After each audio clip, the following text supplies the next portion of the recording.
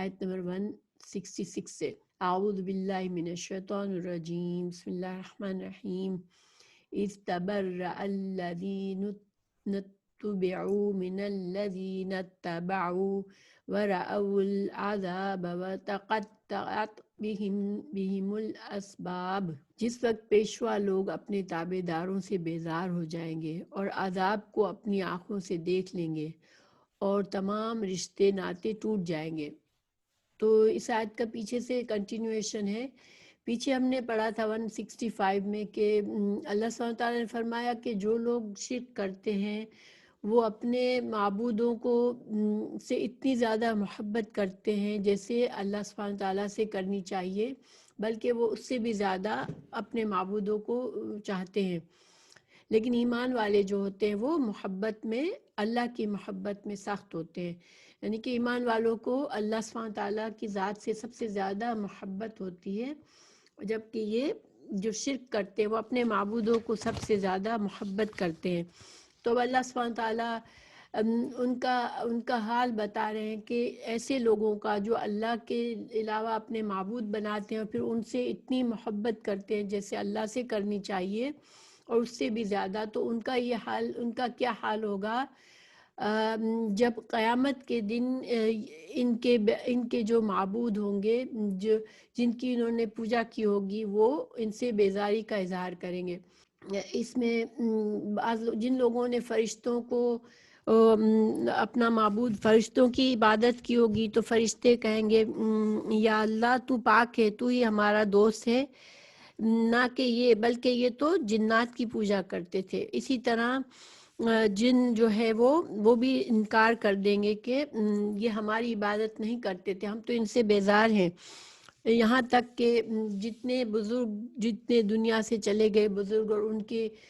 مرے ہوئے بزرگوں کے بت بنا کر ان کی عبادت کی، تو وہ بھی بیزاری کا اظہار کریں گے۔ حضرت عیسیٰ علیہ السلام بھی انکار کریں گے، ان سے بھی پوچھا جائے گا کہ کیا تم نے کہا تھا کہ مجھے معبود بنا لو اور میری عبادت کرو، تو وہ بھی انکار کریں گے۔ اسی طرح یہاں تک کہ شیطان بھی انکار کر دے گا۔ شیطان کہے گا، یہ سورہ ابراہیم کے آیت نمبر 22 میں ہے کہ جس وقت فیصلہ کر دیا جائے گا تو شیطان کہے گا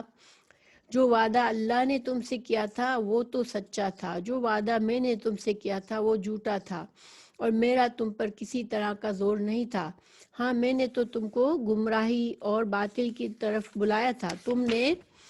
جلدی سے اس کو بغیر دلیل کے قبول کر لیا اور میرا کہنا مان لیا، تو آج مجھے ملامت نہ کرو، اپنے آپ ہی کو ملامت کرو۔ نہ میں تمہاری فریاد رسی کر سکتا ہوں، نہ تم میری فریاد رسی کر سکتے ہو، اور میں اس بات سے انکار کرتا ہوں کہ تم پہلے مجھے شریک بناتے تھے۔ بے شک جو ظالم ہے ان کے لیے درد دینے والا عذاب ہے۔ اب دیکھیں کہ جو نقشہ اللہ سبحانہ تعالیٰ نے یہاں کھینچا ہے کہ جن ہستیوں سے ان کی محبت اتنی شدید تھی دنیا میں، وہ سب کے سب ان کے سامنے ان سے بیزاری اور برات کا اظہار کریں گے کہ یا اللہ ہمارا ان سے کوئی تعلق نہیں، ہم تو ان سے بیزار ہیں۔ تو اس وقت جو ان کی جو دنیا کی محبتیں ہیں آپس کی، وہ ساری کی ساری ختم ہو جائے گی۔ ایون دنیا میں دیکھیں، لوگ دوسرے لوگوں کو خوش کرنے کے لیے بھی بعض اوقات اللہ سبحانہ تعالیٰ کی ناراضگی کا کام کرتے ہیں۔ کبھی انسان اپنے بچوں کے لیے، کبھی انسان اپنی محبت میں بیوی شوہر ایک دوسرے کے لیے اللہ کی مرضی کے خلاف کام کر لیتے ہیں۔ اسی طرح بعض اوقات والدین کو یا والدین بچوں کو خوش کرنے کے لیے اللہ کی ناراضگی مول لیتے ہیں۔ تو یہ سارے جو بھی رشتے جو اللہ کی محبت کے خلاف ہوں گے، وہ سارے کے سارے آخرت میں کٹ جائیں گے۔ ہاں، جو محبتیں اللہ کے لیے ہوں گی وہ قائم رہیں گی۔ تو اس وقت ان کی بے بسی کا کیا عالم ہوگا، جبکہ یہ کچھ دیکھیں گے۔ اب آگے آیت میں ہمیں پتہ چلتا ہے کہ کس قدر حسرت ہوگی ان کے دلوں میں جنہوں نے اللہ کے سوا دوسروں کو معبود بنایا ہوگا۔ وہ کہیں گے وَقَالَ الَّذِينَ اتَّبَعُوا لَوْ أَنَّ لَنَا كَرَّةً فَتَنَبَرَّأَ مِنْهُمْ كَمَا تَبَرَّؤُوا مِنَّا كذلك يريهم الله أعمالهم حسرات عليهم وما هم بخارجين من النار۔ اور تابع دار لوگ کہنے لگیں گے کاش ہم دنیا کی طرف دوبارہ جائیں تو ہم بھی ان سے ایسے ہی بیزار ہو جائیں جیسے یہ ہم سے ہیں۔ اسی طرح اللہ تعالیٰ انہیں ان کے اعمال دکھائے گا ان کو حسرت دلانے کے لیے، اور یہ ہرگز جہنم سے نہ نکلیں گے۔ تو ظاہری بات ہے کہ دنیا سے جانے والے اس دنیا میں واپس نہیں آئیں گے، چاہے وہ حسرتیں کریں چاہے کچھ بھی کریں، لیکن اس وقت جو ان کے غم اور دکھ میں جو یہ بھی ایک عذاب ہوگا، جو اس قدر ان کو غم ہوگا کہ آج جب کہ ہمیں عذاب سے بچنا ہے، عذاب ہمارے سامنے ہے اور ہم سے عذاب سے بچانے کے لیے وہ لوگ آگے نہیں بڑھ رہے جو کہ جن کی خاطر ہم اپنے اس عذاب میں مبتلا ہوئے، تو یہ حسرت کریں گے کہ کاش ہم جو ہے واپس دنیا میں جائیں، پھر ہم شرک نہ کریں اور شرک سے توبہ کر لیں اور ان لوگوں سے بیزاری کا اظہار کریں۔ تو مگر یہ تو صرف ایک حسرت ہی ہوگی، اس لیے کہ دنیا میں کوئی بھی واپس نہیں آنے والا۔ پھر اللہ تعالیٰ فرما رہے ہیں یا ایھا الناس کلوا مما فی الارض حلالا طیبا ولا تتبعوا خطوات الشیطان انہ لکم عدو مبین۔ لوگوں، زمین میں جتنی بھی حلال اور پاکیزہ چیزیں ہیں انہیں کھاؤ پیو اور شیطانی راہ سے پر نہ چلو، وہ تمہارا کھلا دشمن ہے۔ تو اس آیت میں ہمیں پتہ چلتا ہے کہ اللہ تعالیٰ نے جن چیزوں کو حلال ہمارے لیے کیا ہے وہی پاک چیزیں ہیں۔ حالانکہ بعض اوقات جو حرام چیز ہوتی ہے اس کو بھی سجا کر نفیس بنا کر پیش کیا جائے تب بھی وہ خبیث ہی ہوتی ہے، وہ ناپاک ہی ہوتی ہے۔ جس سے اگر سور کا گوشت ان لوگوں کو بہت پسند ہے تو اس کو بڑی اچھی طرح سے ٹیبل پہ سجا کر بھی رکھے تب بھی وہ ناپاک چیز ہے۔ اسی طرح جو ہے اللہ سبحانہ تعالیٰ نے جن جن چیزوں کو حلال کیا ہے ہمارے لیے وہ حلال ہے۔ تو قرآن میں جن چیزوں کو حلال کیا ہے اللہ نے اس کی دلائل ہمیں نہیں مل سکتے، کیونکہ اللہ تعالیٰ نے فرمایا، قرآن ہی میں فرمایا کہ جو کچھ اللہ نے زمین پر بنایا ہے وہ تمہارے لیے بنایا ہے۔ تو حرام چیزوں کے لیے دلائل ڈھونڈنے ہوتے ہیں قرآن اور حدیث میں کہ کون سی چیز حرام ہے، کیونکہ چند چیزیں حرام ہے، باقی دنیا کی جو چیزیں اللہ نے بنائی ہے وہ سب انسانوں کے لیے اللہ نے حلال اور مباح بنائی ہے۔ اللہ تعالیٰ فرمایا کہ وَلَا تَتَّبِعُوا خُطُوَاتِ الشَّيْطَانِ إِنَّهُ لَكُمْ عَدُوٌّ مُّبِينٌ۔ تو جو شیطان ہے وہ انسان کے ذہن میں حرام چیزوں کو خوبصورت بناتا ہے اور حرام چیزوں کی طرف متوجہ کرتا ہے۔ اسی طرح دیکھیں جو بتوں کے نام پر جو جانور وقف کر دیتے تھے مشرکین، تو وہ اللہ کے حلال کردہ جانوروں کو بتوں کے نام پر وقف کر کے پھر اس کو اپنے اوپر حرام کرتے تھے، یہ شیطان کے وسوسوں سے یہ کرتے تھے۔ اسی طرح ایک حدیث ہمیں پتہ چلتا ہے کہ رسول اللہ صلی اللہ علیہ وسلم فرماتے ہیں کہ اللہ تعالیٰ فرماتا ہے میں نے اپنے بندوں کو حنیف پیدا کیا مگر شیطان نے ان کو ان کے دین سے گمراہ کر دیا، اور جو چیزیں میں نے ان کے لیے حلال کی تھی وہ اس نے ان پر حرام کر دی۔ انسان جو ہے اگر اللہ کے حلال اور پاکیزہ چیزوں کو استعمال کر کے اپنے لیے فائدہ اٹھانے کے بجائے ان کو اپنے لیے حرام کرتا ہے تو یہ وہ شیطان کی پیروی کر رہا ہوتا ہے، گنہگار ہوتا ہے۔ ایک تو اللہ کے حلال سے اپنے آپ کو محروم کرتا ہے، دوسرا گناہ کماتا ہے، اللہ کے عذاب کا مستحق ہوتا ہے۔ اللہ تعالیٰ فرما رہے ہیں کہ انما یأمرکم بالسوء والفحشاء وان تقولوا علی اللہ ما لا تعلمون۔ تو شیطان جو ہے وہ تمہیں بے حیائی کا، صرف بے حیائی اور برائی کا اور اللہ تعالیٰ پر ان باتوں کے کہنے کا حکم دیتا ہے جن کا تمہیں علم نہیں ہے۔ اللہ سبحانہ تعالیٰ نے ہمیں شروع سے قرآن میں کئی مرتبہ ہمیں شیطان سے چوکنا کیا ہے، اور وہ ہمیں اگر ہمارے دل میں اللہ کی طرف ہمارا ایمان اللہ پر مضبوط ہوتا ہے تو پھر شیطان کے وسوسے ہمیں سمجھ آتے ہیں، کیونکہ اللہ تعالیٰ نے فرمایا ہے کہ میرے مخلص بندوں پر تیرا زور نہیں چلے گا۔ تو جو انسان اللہ سے لگا رہے گا، اللہ کے قرآن اور حدیث سے صحیح علم حاصل کر کے اس طریقے سے زندگی گزارے گا جو اللہ نے فرمائی ہے، تو پھر اس کو شیطان گمراہ نہیں کر سکے گا۔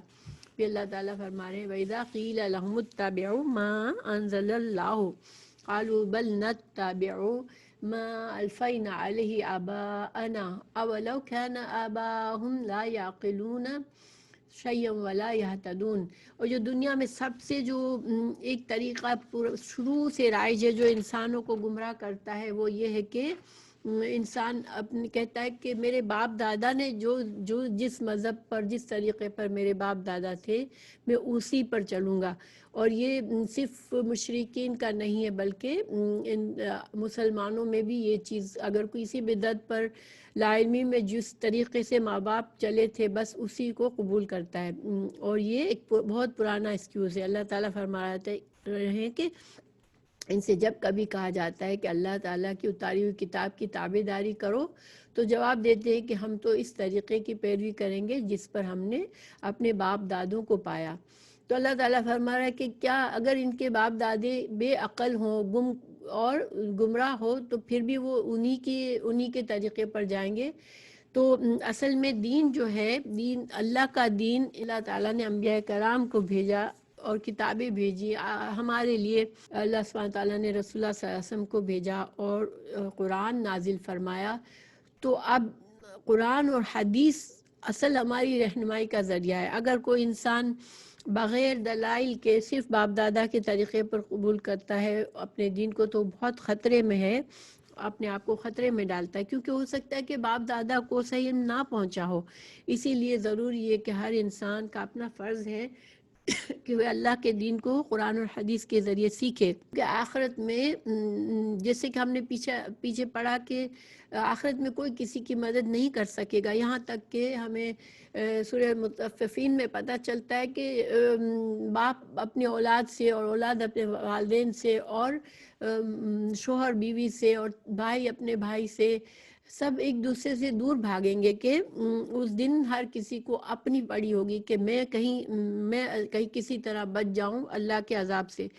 تو دنیا میں ہم جو ہیں وہ باپ دادا کے نام پر کوئی چیز ہوتی ہے تو بس ہم کہتے نہیں ہمیں اسی طریقے پر رہنا ہے، اور یہ صرف مشرکین کا طریقہ نہیں ہے، مسلمان بھی آج اس چیز میں بہت بری طرح سے گرے ہوئے ہیں کہ دنیا کے علم کے لیے سالوں سال تک اسکولوں میں یونیورسٹیوں میں تعلیم حاصل کریں گے، مگر دین کے تعلیم کے لیے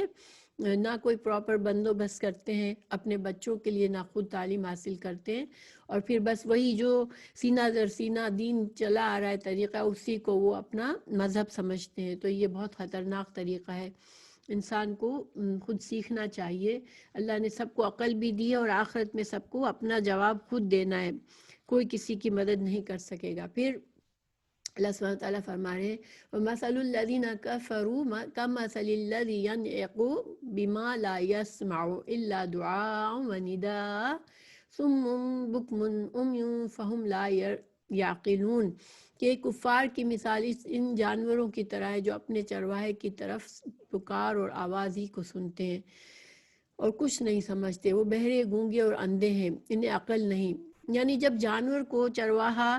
پکارتا ہے تو اس کو آواز تو آتی ہے اور وہ چلا جاتا ہے اپنے چرواہے کی طرف، لیکن اسے یہ نہیں پتا ہوتا کہ چرواہا اسے ذبح کرنے کے لیے بلا رہا ہے یا اسے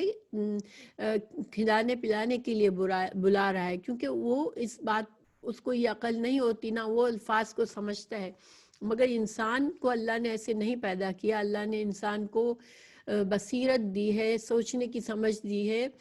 تو اگر پھر بھی انسان اس کو نہیں سمجھتا اور اندھی تقلید کرتا ہے کسی کی بھی، تو پھر اس کی مثال ایسی جانوروں کی طرح ہے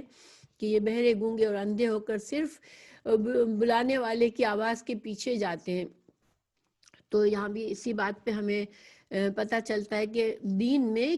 چاہے پیر امام ہو، چاہے کوئی دینی پیشوا ہو، مگر بغیر دلائل کے آنکھیں بند کر کے کسی کی ہر بات کو قبول کرنا اور حلال حرام کا فیصلہ اسی کے فتووں سے کرنا، اور جب کہ کوئی دلائل نہ ہو تو ہمیں یہ خطرناک معاملہ ہے۔ اسی وجہ سے انسان کو اتنا علم حاصل کرنا چاہیے کہ وہ کم از کم اپنی زندگی صحیح طریقے سے گزار سکے۔ پھر اللہ سبحانہ وتعالیٰ فرما رہے ہیں کہ یا ایھا الذین آمنوا کلوا من طیبات ما رزقناکم وَاشْكُرُوا لِلَّهِ إِن كُنتُمْ إِيَّاهُ تَعْبُدُونَ، اے مسلمانوں، اے ایمان والو، جو پاکیزہ چیزیں ہم نے تمہیں دی ہیں، دے رکھی ہے، انہیں کھاؤ پیو اور اللہ تعالیٰ کا شکر کرو اگر تم خالص اسی کی عبادت کرتے ہو۔ تو اللہ تعالیٰ یہاں پر ہمیں یہ بتا رہے ہیں کہ جب اللہ کی پہلی بات تو یہ کہ پاکیزہ چیز وہی ہوتی ہے جو حلال ہوتی ہے، تو جب اللہ تعالیٰ ہمیں حلال رزق دے تو ہم اس کو کھائیں، استعمال کریں اور اس کا شکر کریں۔ ہر نعمت کا شکر لازم ہے۔ نعمتوں کا شکر کرنے سے نعمتیں بڑھتی ہیں، اور نعمتوں کی ناشکری کرنا جو ہے اس سے نعمتیں ضائع ہو جاتی ہیں۔ اور اللہ سبحانہ تعالیٰ نے ہمیں اس دنیا میں جو بھی نعمت دی ہے اس کا شکر کرنا لازمی ہے۔ تو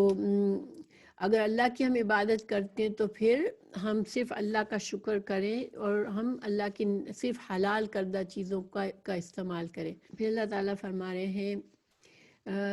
انما حرم علیکم المیتۃ والدم ولحم الخنزیر وما اہل به لغیر اللہ فمن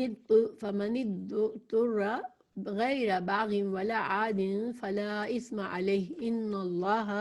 غفور رحیم۔ تو اللہ سبحانہ تعالیٰ یہاں فرما رہے ہیں کہ تم پر مردہ اور بہا ہوا خون اور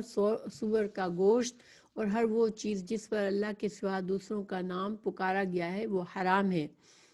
پھر جو مجبور ہو جائے اور وہ حد سے بڑھنے والا نہ ہو، زیادتی کرنے والا نہ ہو، اس پر ان کے کھانے میں کوئی گناہ نہیں۔ اللہ تعالیٰ بخشش کرنے والا اور مہربان ہے۔ یہاں اللہ سبحانہ تعالیٰ نے حلال و حرام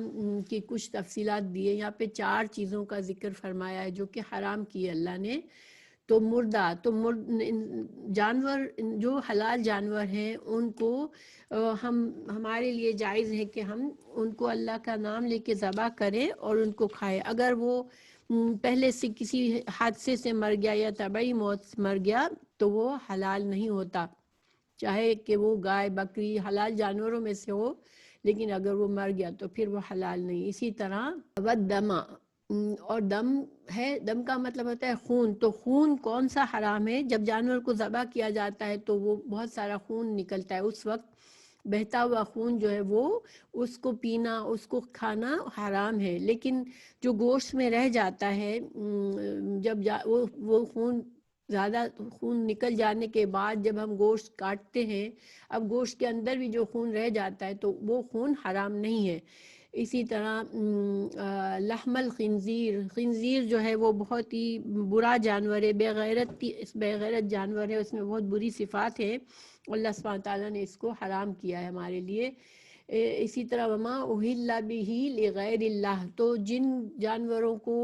اللہ کے سوا کسی اور کی نیت کر کے ذبح کیا ہو، چاہے ذبح کیا گیا ہو لیکن اللہ کے سوا کسی اور کے نام پر ذبح کیا گیا ہو تو وہ بھی ہمارے لیے حرام ہے۔ یہ 4 چیزوں کے علاوہ حلال حرام کی تفسیر ہے اور بھی جو حدیث سے ہمیں پتہ چلتی ہے، لیکن اللہ تعالیٰ یہاں پر ہمیں فرما رہے ہیں کہ جو بھی حلال حرام اللہ نے بتا دیا، لیکن اب انسان کبھی ایسی سچویشن میں آ جاتا ہے کہ اس کو جان کا خطرہ ہے اور کوئی حلال چیز اس کے لیے موجود نہیں ہے اور وہ مجبور ہے اپنی جان بچانے کے لیے، اگر وہ تھوڑا سا حرام اس حد تک کھا لے کہ وہ جو ہے اپنی جان کو بچا لے تو پھر اس پر گناہ نہیں ہے۔ لیکن شرط کیا ہے کہ نہ تو وہ حد سے زیادہ جیسے وہ اس کو انجوائے کر کے اس کو خوشی سے کھائے، یا اس کے دل میں خواہش ہو، اس کے دل میں یہ خواہش ہو کہ وہ اس کو حرام پسند ہو تو پھر وہ گنہگار ہے۔ لیکن اگر وہ صرف اپنی جان کو بچانے کی حد تک حرام کھا لیتا ہے تو اللہ سبحانہ تعالیٰ غفور رحیم ہے، اللہ بخشنے والا ہے، تو اللہ تعالیٰ اس کو معاف کر دے گا۔ اب یہاں پر تھوڑا سا حلال حرام کی تفسیر جو ہمیں حدیث سے بھی ملتی ہے تو وہ یہ ہے کہ پہلی بات تو یہ کہ حدیث میں ہمیں دو اصول بتائے گئے ہیں حلال اور حرام جانوروں کے لیے۔ ایک یہ کہ جتنے بھی درندے ہیں جو کہ ذو ناب ہیں، ذو ناب کیا مطلب کہ جن کے دانتوں میں جو نوکیلے دانت جو ہوتے ہیں، فرنٹ 2 نوکیلے دانت ہوتے ہیں دونوں سائڈوں پر، جن کو کچلیاں کہتے ہیں، اس سے وہ شکار کرنے والا جانور اگر ہے، جیسے کہ آپ نے دیکھا ہوگا کہ بلی جو ہے اس کے نوکیلے دانت ہوتے ہیں، اس طرح شیر ہے یا کوئی بھی جانور ہے، درندہ ہے، تو ایسے جانور جو ہیں وہ سارے جو کہ اپنے ان دانتوں سے شکار کرتے ہیں وہ حرام ہے۔ اسی طرح پرندوں میں ذو مخلب جو پنجے سے شکار کرنے والے جانور ہیں، جیسے چیل ہے، کوا ہے، تو یہ حرام ہے۔ لیکن جو مرغی وغیرہ، بطخ وغیرہ یہ پنجوں سے شکار نہیں کرتے تو وہ حلال ہے۔ اسی طرح پھر جن جانوروں کی حرمت حدیث سے ثابت ہے، جیسے کہ گدھا جو ہے وہ حرام ہے، اسی طرح کتے کا گوشت حرام ہے۔ پھر حدیث میں ہمیں جو ہے دو مردار کو حلال بتایا گیا ہے، تو دو مردار کون سے ہیں؟ تو وہ ایک تو ٹڈی ہے اور ایک مچھلی ہے۔ سمندر کے جو جانور ہوتے ہیں تو وہ حلال ہوتے ہیں، چاہے وہ ہمارے ہاتھ میں جب پہنچے تو مردہ بھی ہو تب بھی حلال ہے۔ تو اسی طرح دو طرح کے خون، آپ نے دیکھا ہوا کلیجی اور تلی کو جب ہم لیتے ہیں تو اس میں بہت سارا خون نکل رہا ہوتا ہے اور وہ جیسے بہہ رہا ہوتا ہے کائنڈ آف، لیکن وہ والا خون جو ہے وہ تلی اور کلیجی جو ہے وہ حلال ہے۔ تو دو مردار حلال بتایا حدیث سے، اور دو بہتے خون کو حلال بتایا۔ تو اس سے ہمیں پتہ یہ بھی چلتا ہے کہ قرآن اور حدیث کے بغیر انسان دین کا صحیح نہیں سیکھ سکتا، اور جس طرح قرآن ہمیں حلال کے اور حرام کی تفصیل بتاتا ہے، جو چیز ہمیں قرآن میں حلال اور حرام بتائی گئی، اسی طرح ہمیں حدیث پر بھی ایمان لانا ہے اور اس پر عمل کرنا ہے۔ جانور جیسے طبعی موت مرنے والے سب جانور جو ہے وہ حرام ہے۔ جیسے جھٹکے سے، جو ویسٹرن ملکوں میں جھٹکے سے جن کو ذبح کیا جاتا ہے تو وہ حرام ہے۔ جن جانوروں کو بتوں کے نام پر پکارا گیا تو وہ تو ڈیفینیٹلی حرام ہے، لیکن آج مسلمان بھی یہ انفارچونیٹلی مسلمان بہت سے قبروں پر اور پیروں فقیروں کی جو مزار ہوتے ہیں وہاں پر جا کر جانور کو جو ہے وہ ذبح کرتے ہیں، وہ بھی ہمارے لیے حرام ہے۔ ان کے مقصد جو ہوتا ہے وہ اللہ کی رضا حاصل کرنا نہیں ہوتا، بلکہ وہ ان بزرگوں کی قبروں پر ان کی تعظیم میں یہ ذبح کرتے ہیں، تو یہ حرام ہے۔ تو صرف مسلمان جو ہے وہ صرف اللہ سے اپنی مدد مانگ سکتا ہے، بغیر سہاروں کے، بغیر اسباب کے، صرف اللہ ہی مدد کر سکتا ہے۔ لیکن جو قبروں میں لوگ ہیں تو وہ تو بے بس ہے، وہ کوئی بھی ہیلپ نہیں کر سکتے، تو ان سے خوف رکھنا، ان سے امید رکھنا یہ شرک ہے۔ تو اس کے علاوہ قبروں پر جا کے جانور کے علاوہ بھی کچھ چیزیں نظر و نیاز کے طور پر چڑھاوے کیے جاتے ہیں، چادر چڑھائی جاتی ہے، یا وہاں جا کر مسکینوں کو مٹھائی بانٹی جاتی ہے، وہاں لنگر بنایا جاتا ہے، دیہیں چڑھائی جاتی ہیں قبروں پر، اور وہاں پر جو ایک صندوقچی سی ہوتی ہے جس پر نظر و نیاز کے پیسے ڈالے جاتے ہیں، عرس نکالے جاتے ہیں، وہاں پر غریبوں کو دودھ پلایا جاتا ہے، وہاں پر جو لوگ ہوتے ہیں ان کو دودھ پہنچایا جاتا ہے، یہ سب حرام اور ناجائز طریقے ہیں۔ اور نظر ماننا بھی صرف اللہ، ایک عبادت ہے جو صرف اللہ ہی کے لیے کی جا سکتی ہے، جیسے نماز روزہ عبادات ہیں اور صرف اللہ کے لیے کی جا سکتی ہے، اسی طرح نظر بھی صرف اللہ ہی کے لیے کی جا سکتی ہے۔ تو یہ تھوڑی سی حلال حرام کی تفصیل ہے۔ اللہ سبحانہ تعالیٰ آج مسلمانوں کی اصلاح فرمائے کہ بہت سے مسلمان اس شرک میں پڑے ہوئے ہیں اور وہ شرک سمجھتے بھی نہیں ہیں، تو یہ جو ہے بہت ہی خطرناک بات ہے۔ انسان کو اس جہالت سے نکلنا چاہیے، کیونکہ یہ زندگی میں ہم جو کچھ کریں گے آخرت میں ہم اپنے لیے کچھ نہیں کر سکیں گے۔ پھر اللہ سبحانہ تعالیٰ آگے فرما رہے ہیں، ان الذین یکتمون ما انزل اللہ من الکتاب ویشترون بہ ثمنا قلیلا اولئک ما یأکلون بہ بطونہم الا النار وما یکلمہم اللہ یوم القیامہ ولا یزکیہم ولہم عذاب علیم۔ بے شک جو لوگ اللہ تعالیٰ کی اتاری ہوئی کتاب چھپاتے ہیں اور اسے تھوڑی سی قیمت پر بیچتے ہیں، یقین مانو کہ یہ اپنے پیٹ میں آگ بھر رہے ہیں۔ قیامت کے دن اللہ تعالیٰ ان سے بات بھی نہ کرے گا، نہ انہیں پاک کرے گا، بلکہ ان کے لیے دردناک عذاب ہے۔ تو یہاں پر بیسیکلی تو یہ آیت جو ہے وہ یہودیوں کے لیے آئی کہ یہودیوں نے آپ صلی اللہ علیہ وسلم جب مدینہ تشریف لے گئے تو ان کو چاہیے تھا کہ وہ آپ کو پہچان گئے تھے، ان کی کتابوں میں ان کو حکم دیا گیا تھا کہ رسول اللہ صلی اللہ علیہ وسلم کی یہ نشانیاں ہیں، اور جب وہ آئیں تو تم کو ان کی مدد کرنی ہے اور ان پر ایمان لانا ہے، ان کی لائے ہوئے دین پر ایمان لانا ہے۔ مگر انہوں نے صرف اس ڈر سے کہ ہماری جو مذہبی بڑائی ہے وہ ختم ہو جائے گی، کیونکہ ان کو بڑا عزت سے دیکھا جاتا تھا، مشرکین ان کو اہل کتاب سمجھتے تھے تو ان کی عزت کرتے تھے، اور ان کو یہ ڈر تھا کہ ہماری یہ بڑائی جو ہے وہ ختم ہو جائے گی، اور ان کو دنیاوی فائدوں کے لیے انہوں نے جانتے بوجھتے ہوئے اپنی کتاب، اپنی تورات کے بھی خلاف کیا اور رسول اللہ صلی اللہ علیہ وسلم پر ایمان نہ لائے، اور حق کو دوسرے لوگوں سے بھی چھپایا کہ جو لوگ جو ان کے پیروکار تھے، جو یہودی بغیر کتاب کا علم نہیں رکھتے تھے، جو عام لوگ تھے،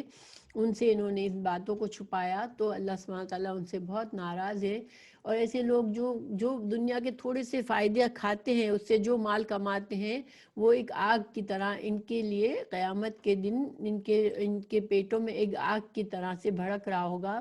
اللہ سبحانہ وتعالیٰ بچائے۔ اور پھر